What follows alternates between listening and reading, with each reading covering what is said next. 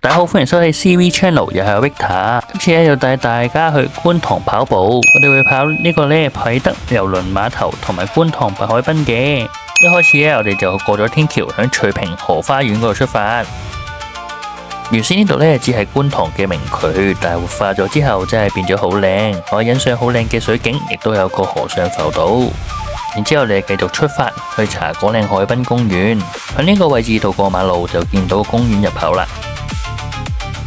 去觀塘污水泵房上蓋建造嘅綠化公園，喺入口呢就有個8米高嘅繩索攀爬架同埋上滑梯。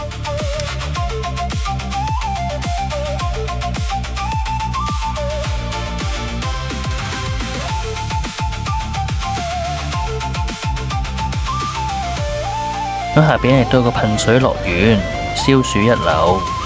我哋繼續上去公園最高嗰層，嗰度唔單止有迷宮、彈床、唔同種類嘅韆鞦，仲有無障礙氹氹轉。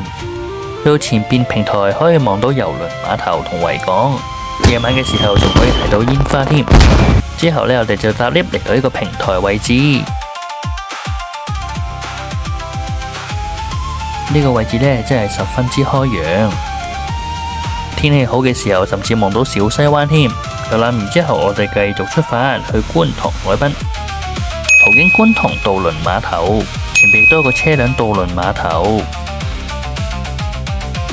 經過觀塘公眾碼頭之後，就正式進入海濱公園啦。嗰度一玩重力軌道，小朋友一定好鍾意。之後我哋繼續出發，都有啲嬉水設施。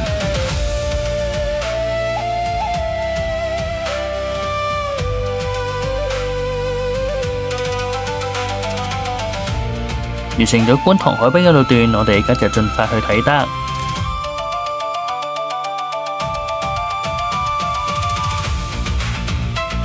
見到呢架飛機就正式進入啟德海濱公園啦。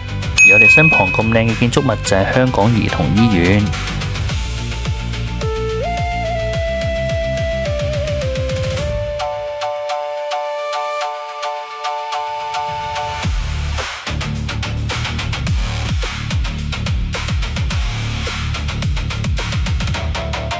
前面呢就係前啟德方艙隔離設施改建而成嘅青年旅館，旁邊就係郵輪碼頭啦。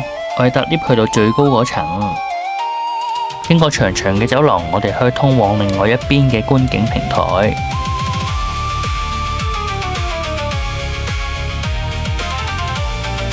去到呢邊呢，可以飽覽返茶果嶺油塘同埋港島嘅景色。